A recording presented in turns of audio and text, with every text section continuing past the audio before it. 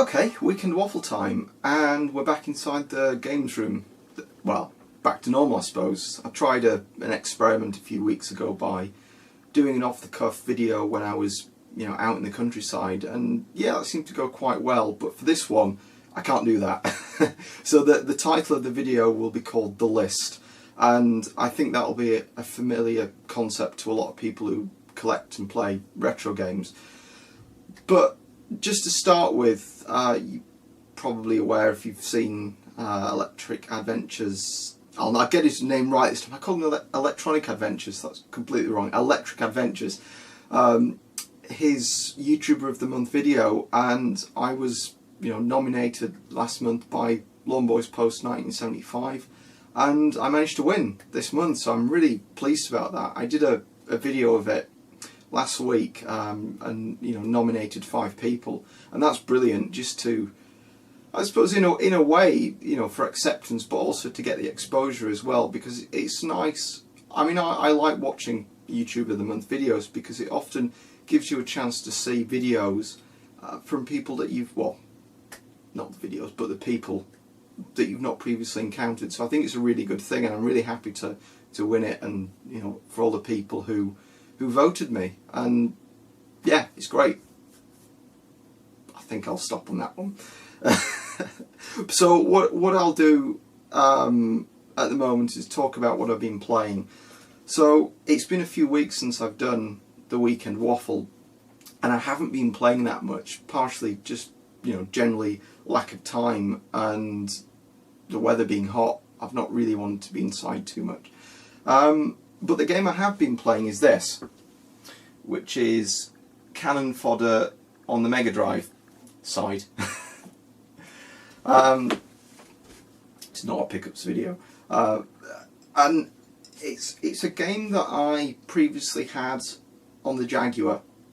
I think I've played it once or twice with a mouse, but to me this has always been a game to play with a control pad, and I really enjoyed it on the Jaguar, and I got all the way up to either the last or second to last mission. This was nearly 20 years ago, and I just couldn't do it. It was so hard.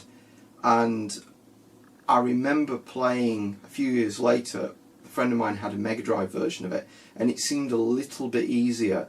So I picked this up a few weeks ago, and I thought, I really want to play Cannon Fodder again, but I don't want to play the Jaguar one, which is rock hard at the end. I'm not sure if the Amiga one's the same, so I thought I'll give this a try and go through it, and it seems to be really enjoyable. It's been a while since I played the Jaguar one, so it's quite difficult to compare, but visually, I'm sure if you put them side by side, graphically the Jaguar one is better, but gameplay wise the Mega Drive one's brilliant, and if it's a little bit easier it might mean I get a chance to finish it. But I think that's a good area to talk about, maybe for a future date, about the Jaguar, with it having, it was bashed in a way for not having new games or having a lot of 16-bit conversions, but often the 16-bit conversions were the best one. Particularly a lot of Amiga games came out, and I think given the cost of the Amiga at the time, then maybe the Jaguar was better value for money. But there's not as many good games on the Jaguar, but that's another topic. So what I'll talk about this week is the idea of the list, and the list is something that I hear many times by different people, and it can be a good thing and a bad thing, in that a lot of people collect games from they'll put them on a list, and these are games that they owned back in the day, and that's it. They have that list, they will buy all the games that they had back in the day and no more. Whereas often if you don't have a list and you buy every game you see, then there are videos out there talking about the warnings and the dangers of that, how you can end up with a collection that gets out of control, and it ends up being something that accumulates guilt and bad feelings and all that, and that's not the reason for playing these games in the first place. So I think it's an interesting thing, but I don't think many people are one extreme or the other. I think we all sit somewhere in between those. So I've been thinking about the list, and the way I tend to put these things together, I don't really have a list. I don't have a list of all the games that I had back in the day. I'm sure I could go through them. I'm sure there'll be ones I've forgotten. I haven't bought all those games back. I think there are some games that I've played and I don't really want to play them again. Probably about 2/3 I don't really want to play again. So that's the older collection, and I think with that there's two aspects of it. Do you collect from that list to collect, or do you collect to play? Because I can understand why someone might want to collect all the games that they had back in the day, say on the Mega Drive or the NES, and they want to have them on the shelf, not to play but just to have that collection for nostalgia. But there's the other school of thought to say, if you're just buying games to play, you're not necessarily going to buy a game that you didn't like. So that's the camp that I tend to fit into. If there's a game that I didn't like, I'm not going to buy that, even though I might have nostalgia for it. That's just not the way I've done it. So the second one, well, the second list are games that you read about back in the day and never had. And I think this is fairly clear cut for consoles. There are a lot of us that have read about consoles that you didn't have back in the day. Either you were a Sega fan and you read about Nintendo games and never had them, and recently bought a machine and realised that the machine that you didn't have was just as good as the one that you did have. Sega Nintendo fans, vice versa. And that's true with games like the Neo Geo games on the Neo Geo. Very few people had them back in the day, and the PC Engine, I think that's a good example of that. But I think that also applies to games that you have bought for a platform that you had back in the day and you have now, either bought again or you've still got your original. There are still games there that I'm sure we've all missed. You read in a magazine and you think, yeah, I would buy that, but just never did, and have bought them more recently.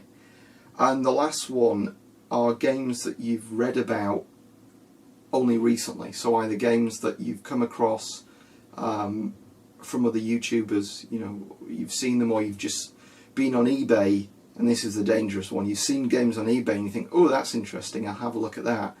But I think that could be where emulation is useful, that these are games that you didn't read about, you never owned, and you've just seen them. So the question there is, do you just emulate them to play because you've got nostalgia for them, or do you buy the game because you want to bring that into your collection? And I think emulation is good for that. For those games that you've never played, maybe you've seen a video of someone playing them, but you're not so sure, and just give them a quick try. But I think that's what YouTube's good for those games that maybe you played, it's a forgotten gem, not many other people have played, and you just want to share that experience with people. And I think that takes a lot of the risk away from it, that if there's a YouTuber that you like and they do videos and they've done a game that you've never heard of and they really like it, then maybe it's worth taking the risk. But this is the danger of the list, that I would say that side of the list is, or the third one, is the risky one, because you can end up buying too many games. So what I'll do is, well, speaking of too many games, I'll go through the lists, or some of the games that I have on the list, and really explain why they're on there after a swig of coffee. Right, so I'll start with some of the games. I don't think I really had a list for that, because this isn't really a list. These are games that I bought back in the day that I still own. So we'll start with Cannon Fodder. The original version that I owned, and this is my original copy, is Cannon Fodder on the Jaguar. This is a really, really good version of the game, and I think if you have a Jaguar and you want something which looks, at least from what I've played, it looks as good as the Amiga one, except you've got a control pad. And I think you can even save on the cartridge, which is an advantage, over the Mega Drive game, so you don't have to keep writing down passwords, but that's a really good game. And then you've got games like Tempest 2000, which I can't ever see myself parting with. I think the Jaguar was one of those machines, well, I suppose there's a Saturn as well, that I decided never to get rid of, just keep those machines. Whereas the Mega Drive, I got rid of it and got the SNES, blah blah blah blah, and that was a real regret. But with the Jaguar, I decided any games that I'd bought, for better or worse, I would keep them. And with the Mega Drive from the second generation, so the second Mega Drive that I bought in the late 90s when I decided that these old games were fun and it was worth collecting again, was Castle of Illusion. So I mentioned this on the previous Weekend Waffle, or was it the last one but one. I recently played this. I've never finished the game until a couple of weeks ago, and I've really enjoyed it. And these are games which I have nostalgia for, and Castle of Illusion was one that I never owned originally, but I knew people that did on the Mega Drive, and I think I borrowed it a few times from various people. Really enjoyed the game, but I never bought it for some reason, so I decided that would be one of the first ones that I collected again. So from the list of, if there really is one, so this is a list of games that I owned back in the day, with one exception, which I'll come back to it. The games that I had back in the day on the Master System, I had very few games, were Sonic, and I think I had the Master System version of Castle of Illusion, and to me these are games that I have nostalgia for, but I really enjoyed, and I've played them a few times since and I've enjoyed it. The other one's World of Illusion. This was the first game that I bought on my Mega Drive.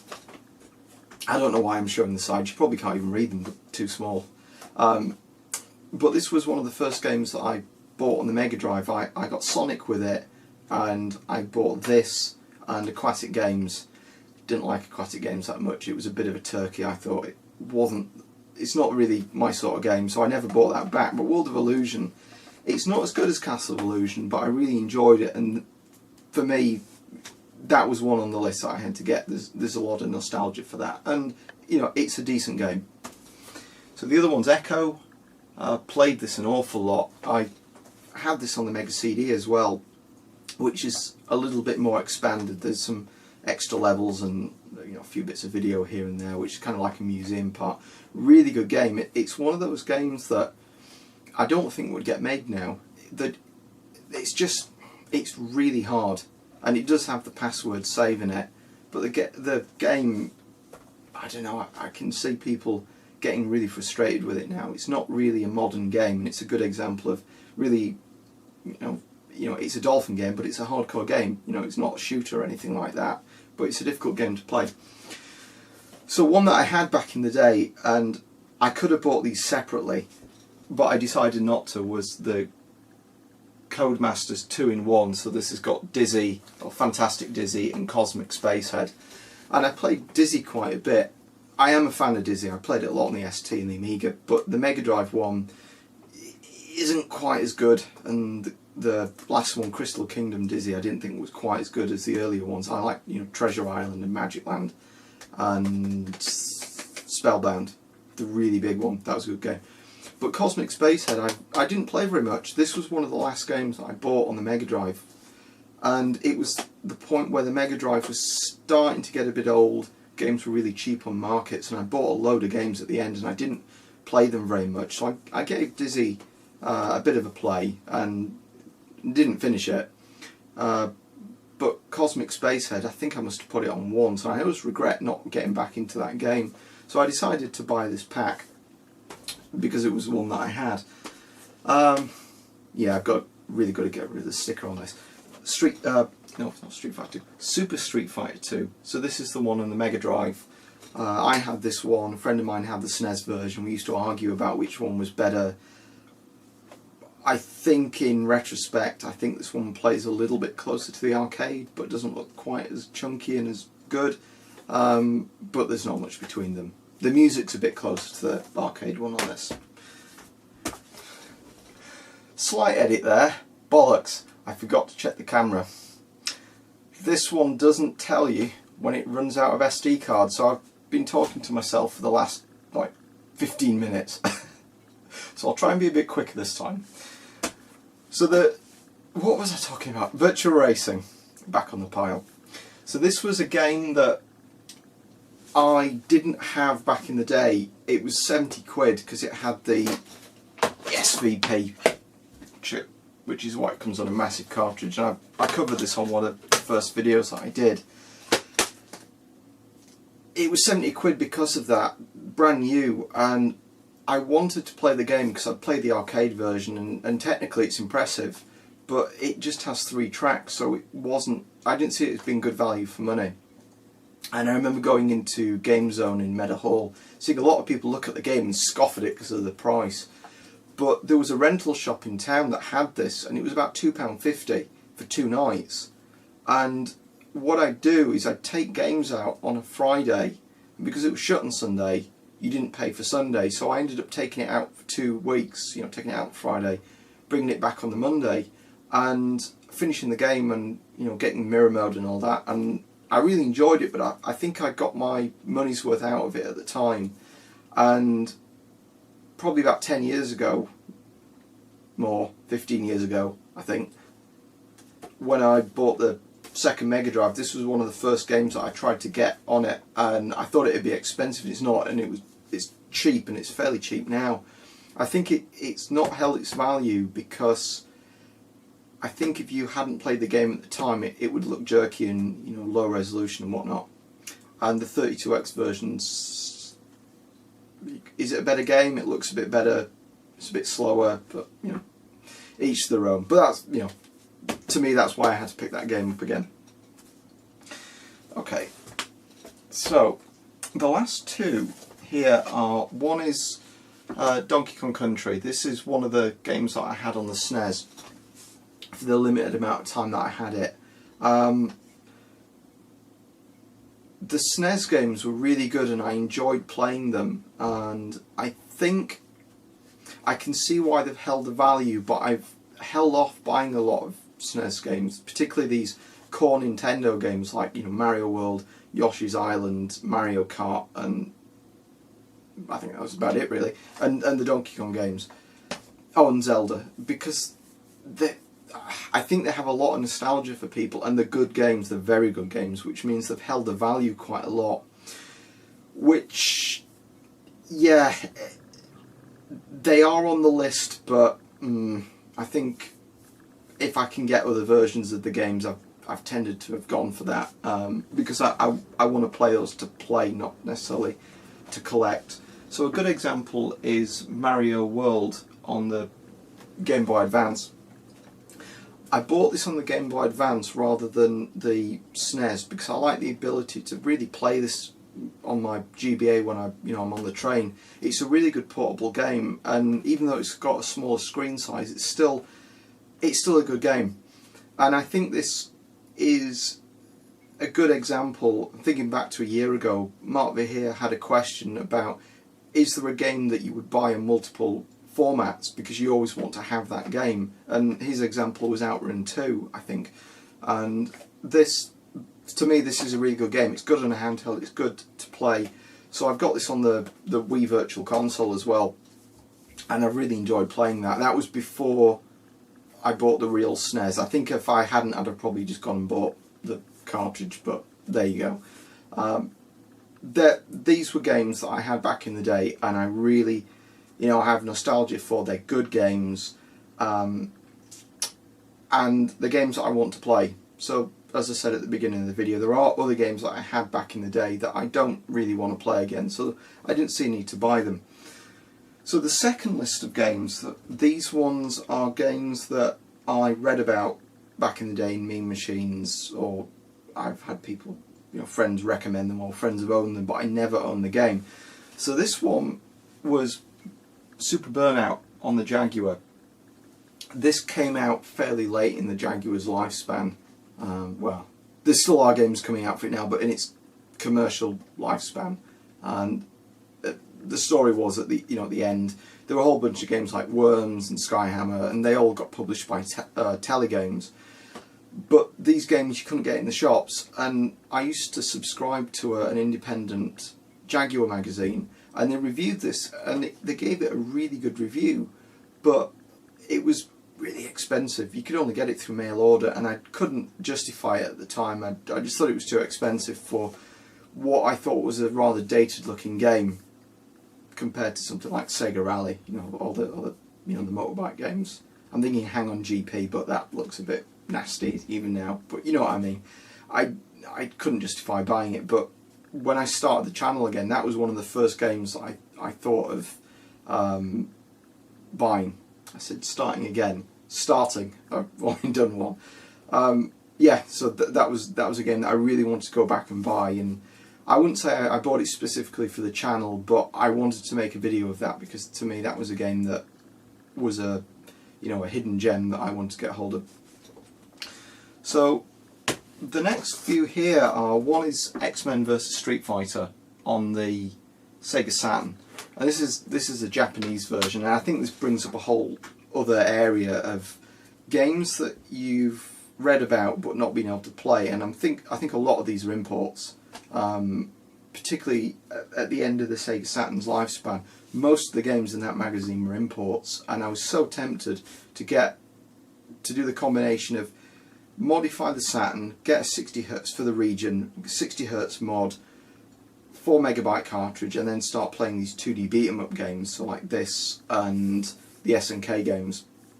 But they were just, for the cost of it, I just decided to get a Dreamcast in the end. So there's a whole bunch of games that I really wanted to play and still want to play that I didn't play back in the day. And X-Men vs Street Fighter is a good example. So for the Mega Drive, the last two here are Alicia Dragoon. This was a game that I remember reading about at the time, and I thought it came out a lot earlier than it did. I looked at the date and it's 92. I always thought it was a launch game, but Mean Machines were very kind to this game. They did like a 2-page or a 4-page spread, and it had such a good reputation. It was one of those games that stuck in my mind. Just the title, I couldn't remember much about it other than it being a platformer game. And playing it now, it's a bit weird because you don't really shoot at things. You just hold the button down and the lightning fires, which is a weird mechanic. But I really should do a gameplay on that because it's a good game, although I'm finding it slightly difficult to get into. Megalomania was a game. There was this, Populous, and Powermonger. And when I used to read about them, I think I used to confuse the three in my mind, and I could never remember which was which. And it was only more recently that I started to read about them. So this was the game by Sensible Software. So it's a bit like Cannon Fodder in the way it looks. And Sensible Soccer. I think this was the first one of the three to come out. And it's really an Amiga game. And I think if I'd have had an Amiga at the time, I would have probably played this and really enjoyed it. But it always felt like one of those games for adults to play, or older teenagers to play. And I remember looking at it in the magazine and I couldn't figure out how it played. With the platformer, you can see it and you can figure out how it played, but this just seemed a bit esoteric for me at the time, so I thought I'll pass on it. But years later you think, actually, what was that game? Was it any good? Is it worth playing now? And I picked this up about a year ago and I've really enjoyed playing it, and I'm thinking I should have picked this up earlier and really force myself to play it, but as a kid you've got limited budget, you can't buy all the games you want. So with the machine, I'll only show one here. This is the PC Engine. This really goes back to the question that Lawn Boys Post 1975 asked about a week ago. Are there consoles that you regret not buying at the time? And to me, it's this one. I've looked back over through the Mean Machine magazine, through these scans that I've got, and there are so many adverts of PC Engine games, and shops selling them mail order, and they're not terribly priced. There's not much difference between that and the Mega Drive, and I mean even Master System games were overpriced at the time, compared to the Amiga. And I really regret not buying one of these through mail order instead of a Mega Drive. I think what I should have done looking back is sold a Master System because I thought the games cost too much. Buy one of these and order everything through mail order, and then bought the Mega Drive when it came down in price, because they did. As soon as the SNES came out, the Mega Drive was a lot cheaper. But you can't look back in hindsight. But I really enjoy this machine. I've not got a large selection of games for it, but what I have got I really enjoyed, and I think it's a good example. Going back to the Japanese games, a lot of games that you hear about in magazines, and they all seemed a bit special, but you'd never play them, and you'd never see a shop selling them, which is a bit of a shame because there's some good games for it. So the last two, lists of games are games that I never knew about until recently. So a lot of these have come about through YouTube, and, you know, seeing games, or maybe looking back over some recent magazine scans and seeing some games in there, or just through word of mouth. And probably the first one I'll mention is Dino Dini Soccer, which really is the proper Kickoff 3. And I saw a talk by Dino Dini just under a year ago at Replay, and I've played Kickoff 2 quite a few times. A friend and I used to play it on his Amiga, and I remember seeing this back in the day, and for some reason I just blanked out the title. I just saw the cover on it, and I thought it looked a bit cheap and a bit nasty in that 90s garish kind of way. Completely discarded the game. I didn't realise it was Kickoff 3, so it was only having seen that talk that I put the two, you know, together and realised, oh, it's a really good game. It's like gold on the Amiga. So this game here is Toy Story. This was a game that I came across more recently, and I came across this through emulation. Like, I like to tinker, you know, I wouldn't say I'm a games programmer, but I like to tinker programming bits of games, and technically I like how they work. I'm interested in it. So any game that does something graphically impressive on a Mega Drive, I like to check the game out. And I played this on emulation and really enjoyed it. I thought, I've got to have a physical copy of this. And I've really got into it. It's hard, really hard, but it's one of those games that you don't hear about at the time, and particularly games that came out at the end of the machine's lifespan. I think it's quite easy to dismiss because you're always looking at the next console, and with it being a Traveller's Tales game, I'm a big fan of, you know, Pugsy, Wiz and Liz, those kind of games, and I always had the interest in it, but I'd never seen it running until recently. So that's what attracted me to it. So the last two from this pile are, oh no, there's a couple more, are Talmit's Adventure. This was a platformer game that Darren Walsop played recently, and I like platformer games, but I was looking for something a bit different, and this seemed like a really old school kind of game. And I remember seeing the cover back in the day, but dismissed it. I just thought it was, you know, a young kids game and not, you know, something I'd want to play. But it isn't. It's Marvel Land. I'm not sure if it had the same cover in Japan, but they changed it for the Western release to take out some of the, you know, the intellectual property. But it's a really, really good game, and I'm glad I saw that, and I thought I really want to pick that up. So, you know, that's what that one is. So this was one I've talked about before. This is NHLPA Hockey 93. I ended up picking up 94 and 97 because they're slightly different to this. But this is a genre of games that back in the day I would have probably scoffed at, and I didn't think I would have enjoyed. But I decided a while ago that I would play a few sports games and a few games and genres that I wasn't that familiar with, just to get a feel for it, and just to think if there are games that I enjoy. And, you know, as I mentioned before, I like PGA golf, still do, and I thought I'd give this one a try, and I've really enjoyed it, and I've ended up picking up the other two editions that are different. EA tends to make games which you probably wouldn't buy every year, you buy every 3 or 4 years because the game only changes a bit, but that's another story. So the last two from this list are Shitoko Battle 95 rather. This is the Toge game, and never heard of it before. I only found out about it through chance. I saw it on, wasn't on eBay, can't remember where I found it. I was looking for Toge games and I came across this, and it was all Japanese and didn't know what it was, read about it, I thought this looks really good, and I just took a chance on it, and I did a gameplay on it a while ago, really enjoyed it, and I ended up picking up the 94 edition as well because that's a little bit different. So that's a good game. So the last one from this list is Pop and Twinbee. So this was a game that I picked up just wanting to complete the SNES collection. I don't want to buy every game that I could get hold of for the SNES for shoot 'em ups, because I don't want to play games that I've not played before, because I'll be crap at them, or more crap than I am at playing them. But I saw this and I remember reading about this back in the day and didn't know much about it. I remember the name, but I couldn't remember anything about the game other than it was a, you know, a shoot 'em up 2D shooter.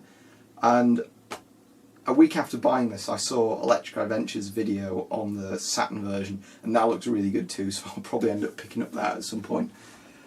So, oh no, there's more. There's more. I have to be really quick with these. Zardian. This was a game that I saw from Geomark Games, and I realised that there are Japanese games out there that I've enjoyed, and games that I've seen in magazines and decided to get the Japanese version, and you know they were good games and I know about them and I've enjoyed them.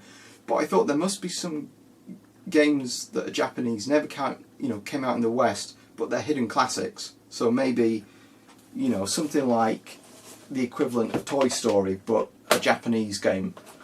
And I saw this, and I like mechs, you know, I like Gundam and things like that, and I thought, oh, I'll have a look for some reviews. Couldn't find very much about it, and I had a look, managed to find a review, and I thought, I'll take a risk on that, and I've really enjoyed it ever since, you know, playing it. So sometimes it is worth taking a risk, but I'm sure that there's a lot of really bad Japanese games out there, just as there are, you know, bad games in the West. So these two are, no, they're not. One's PC Engine game. This is Dragon Spirit. So this was the first game that I bought on the PC Engine. It was a game that I wanted to get on a Buy It Now, and it was one of the cheaper ones on the PC Engine, and I didn't know anything about it, and I had a look at it, and it seemed to be a 2D shoot 'em up, and it had a good reputation, and I've enjoyed it, you know, but I took it on a bit of a risk. And the reason I got that was when I won the auction for the PC Engine, the only game it came with was a wrestling game, which I'm not really bothered about, so I wanted a game to play on it when the machine arrived, so I took the risk and bought that one. So that was a gameplay that I did last week, so it's a really good game. And going almost back to the Street Fighter games on the Saturn, the Japanese import, this was an S&K game that I didn't know about. This is Fatal Fury Real Bout Special, I was going to say 2, it's not, it's Real Bout Special 1.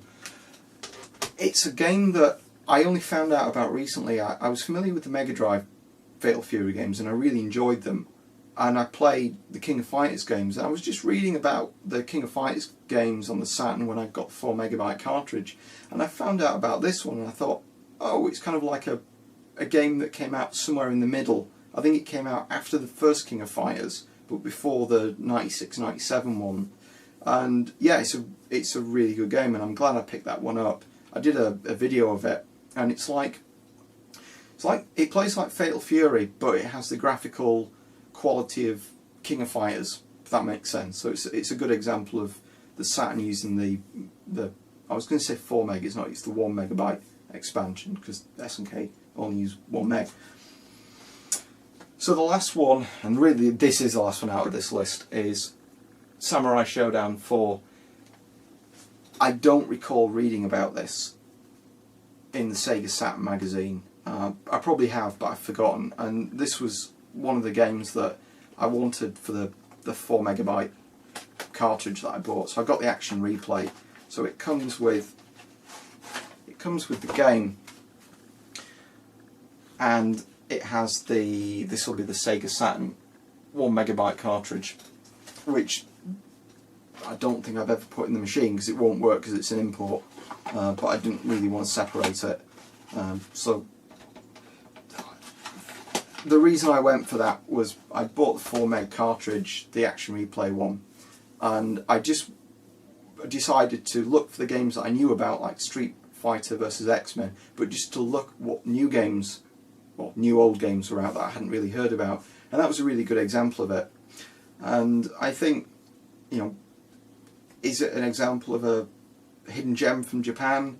Yes and no. I think it would have been at the time, but that game recently came out on collector's editions, so in that case no. But there are games like Cyberbots, which I should have put in that list, that I'd never heard about, and I only heard about more recently, and I bought and enjoyed.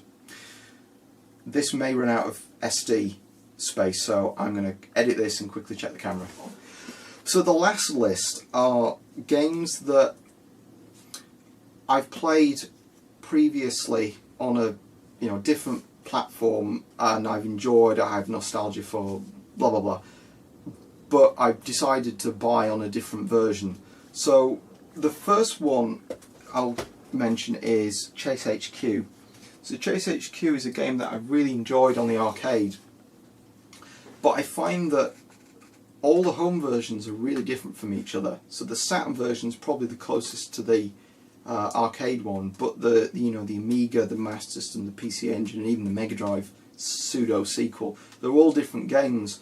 And what I was trying to find was, I like Chase HQ, but I want a sequel, I want more of it. And other than SCI, my thought was if I can get a home version which is a little bit different than the arcade, because sometimes you find the home versions have special versions, or they're different, or the converters have or conversion team have taken their own spin on it, and this is probably the best of those versions. It doesn't play quite the same as the arcade, but it's a really good game, so that's why I went for it. I've done a video on that.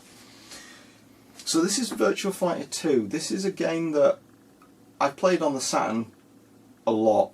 Back in the day, this was one of the first games that I bought on the Saturn.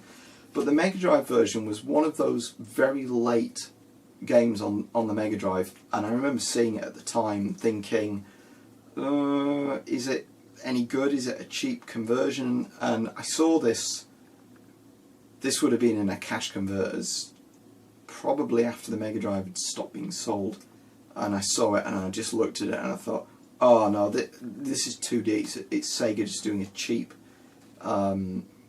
cash-in just to sell this to Mega Drive owners who hadn't bought a Saturn yet. And I was wrong.